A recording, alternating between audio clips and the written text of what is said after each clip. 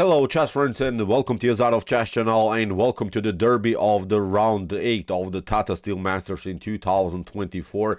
In this round we had the game I think that everyone was waiting for. We have the spectacular match between Alireza, Firouzja and Ding Liren. So this game is I think very important for the future of chess because Ding is of course the world champion, but Alireza is I think always someone that at least many of us is considering to be the next world champion in chess. Alireza had already such a great career so far, so in my opinion this was one of the most important matches of the Tata Steel Masters in 2024. So let's see now what happened with the white pieces.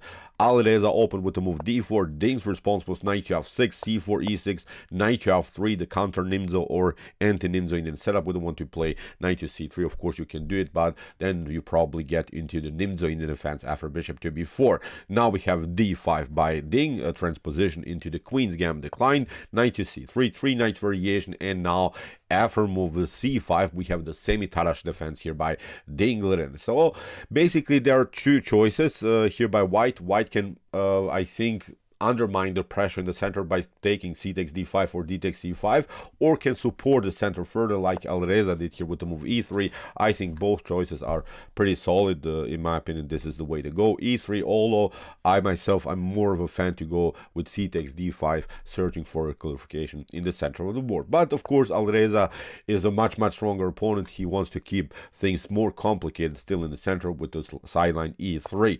Now we have the symmetrical variation of the Tarrasch defense after move knight to c6. So you see Ding basically repeated the moves that also White played so far in the game. Now Alireza goes with a3. The idea is here when the bishop moves here to e7 to play d takes c5, then after bishop to c5 you get an extra tempo with b4. Then you can expand maybe with b5, c5 and similar ideas. So here we have d takes c4 here by Ding. Now Ding releases finally the pressure in the center of the board. The position is pretty equal because the symmetry in chess gives always I think equalish positions. So that's why here after d takes c4 Ding doesn't want to tolerate some movements here by the pawns on the queen side. So we have bishop to c4, a6. Now Ding is trying to do the same thing, kicking away the bishop with b5 and then expand maybe even later with the move b4. Alireza prevents the 2 with a different idea with the bishop to a2, retreats with the bishop. Although the bishop is not attacked, but b5 is coming, so it could be very dangerous. b5 by Ding anyway, and now queen to c2. Now Alireza plays an interesting choice. Here the queen is already lined up. The bishop is a little bit loose here in the center of the board, so if the c file clears then there could be some tactics against the knight on c6, and Ding plays of course again an idea that releases the pressure still in the center of the board. Plays simply c takes d4. c4, if you play here in order to lock the c file, it is possible, it would not be wrong, but I'm not a big fan of this line for black. Although you're locking out your opponent's light bishop here, then White is continuing the game with a powerful center. White will have then e4 as a possibility and will I think occupy the center, will control then 4 squares on the other side of the board. So in my opinion, as I said, nothing would be wrong. The engine is not suggesting that this could be inaccuracy or something, but I kind of feel that later when e4 is coming by White, this could be dangerous. b4 is also not working because after knight to e4, you have to make a reaction. Knight takes, queen takes, you have to play bishop to b7, and now with bishop to b3, bishop to a4, the bishop will come back into the game, and this could be dangerous on this diagonal against the king. So c takes d4 here, really the best line for black. We have c takes d4, and now Ding plays an interesting choice, bishop to b7. This move is a certain theoretical novelty, I would say. This move has not been played so far in chess history. In a game between Alireza Firouzja and Jan Nepomniachtchi, this move has been played, knight to d4, but this is again a complicated line because after knight to d4, then after queen to d4, actually White should go into this line, knight to d5. Is the cool idea here that actually Alireza prepared, but Ding didn't play, and now it could be messy. If you play for instance knight to d5, then queen to c6, very dangerous. So you have to play here first queen to e5, and then after something like bishop to e3, now knight to d5 leads into a complicated game. But actually this is drawish, believe me or not. Although the rook is taken here on a8, then after knight to e3, look at this, the king is lined up. here on the e file, you have to play something like queen to a7, hitting the king, and now here the engine, my Stockfish engine at home, suggests here that this should be a drawish position for both sides, although white is up the exchange, black has an extra pawn, but still this weakness on e3 is something that bothers now, I think, white for the whole game. So the engine gives here 0.0 evaluation for both sides. Very wild stuff. Wild line, so that's why it was a good choice, I think, for Ding to complicate things further, not to go into this knight to d4 line that simplifies the game too much here for both sides. We have d5 by Alireza. We have, of course, now the isolated d pawn position. When you have an isolated pawn like this, like Alireza has, then of course you want to advance the pawn, you want to break and enter here in this particular position. We have d5, e takes d5, bishop to g5, attacking, of course, the piece that's protecting the d5 pawn. We have bishop to e7, Ding prepares now kingside castling, and now rook to d1.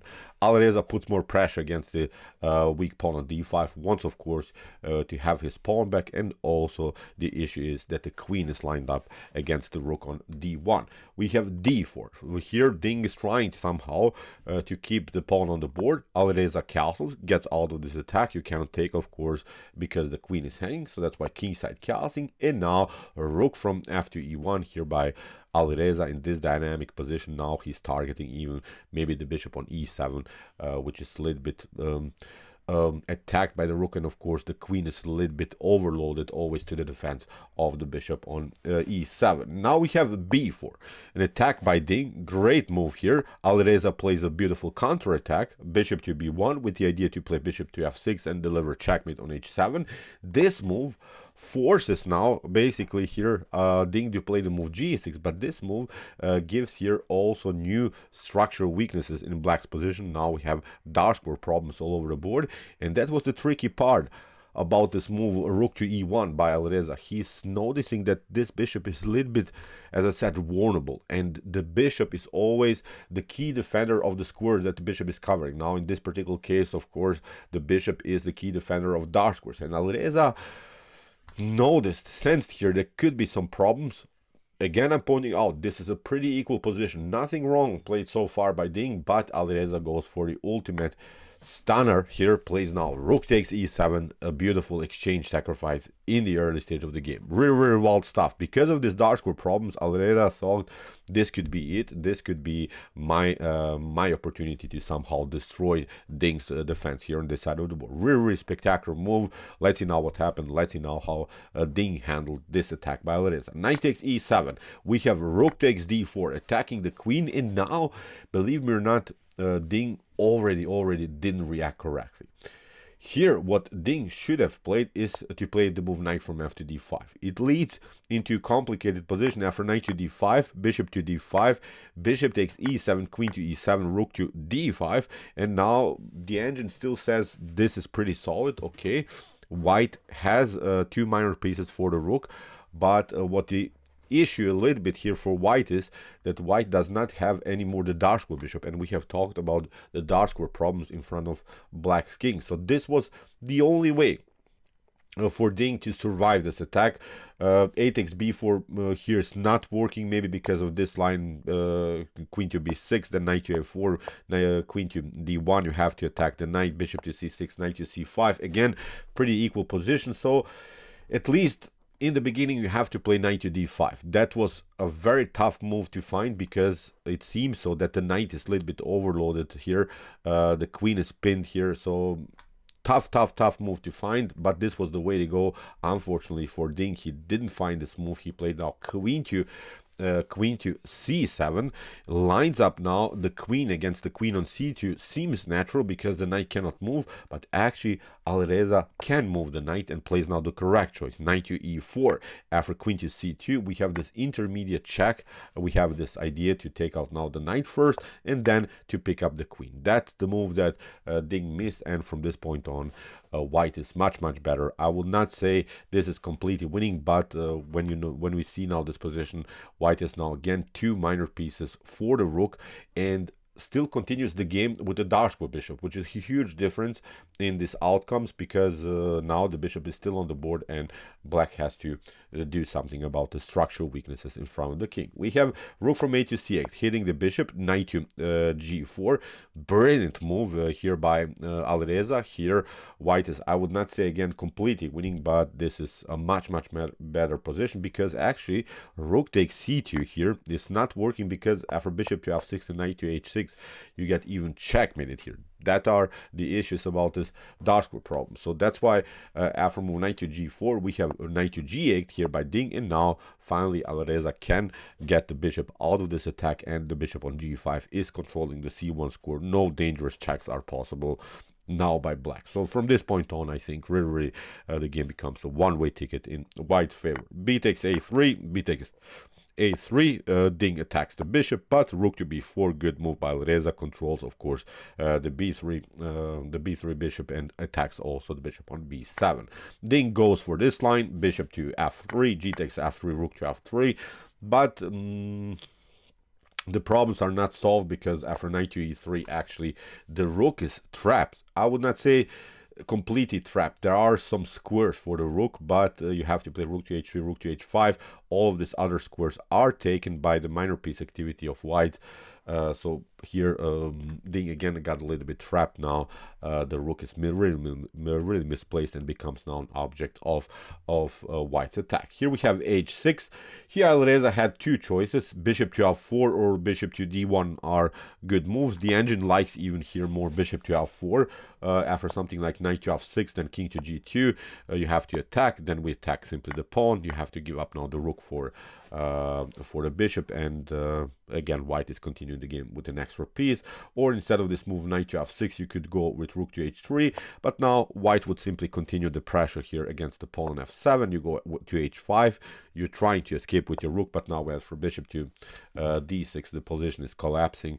If you move the rook, then you get destroyed around the square f7. This is not working. But instead of this move bishop to f4, Alireza played also a good move, bishop to d1, attacks simply the rook. We have rook takes f2, king to bishop to h6, of course, intermediate check, and now after knight to h6, king to f2. Here I think white is winning. White has now an extra piece. Okay, black has a pawn as a compensation, but this is not working in top GM level. This is completely winning here for white. We have rook to d8, attacking. King of course goes towards the center. Now again Alireza goes for this pawn on f7, rook to f6, simply pushing the pawn further, bishop to c4, f5, and now rook to b7, first a check, king to f6, and now rook to h7, attacking the knight, and this move forces now trades of knights, and you see here the double pawn structure is not of course good here for black. Now you don't have even a pawn majority advantage on this side of the board, because now these are double pawns.